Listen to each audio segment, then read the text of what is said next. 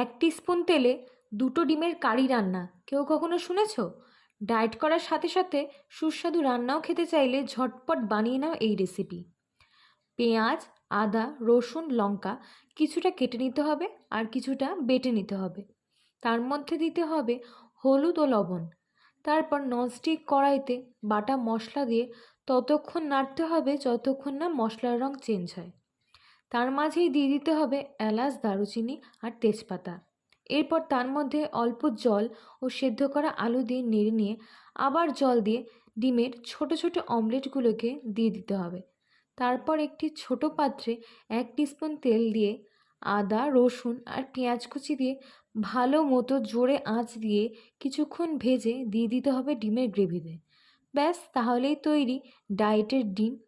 এই ডিমের রান্না দারুণ সুন্দর খেতে, তেমনি একদম অল্প তেলে।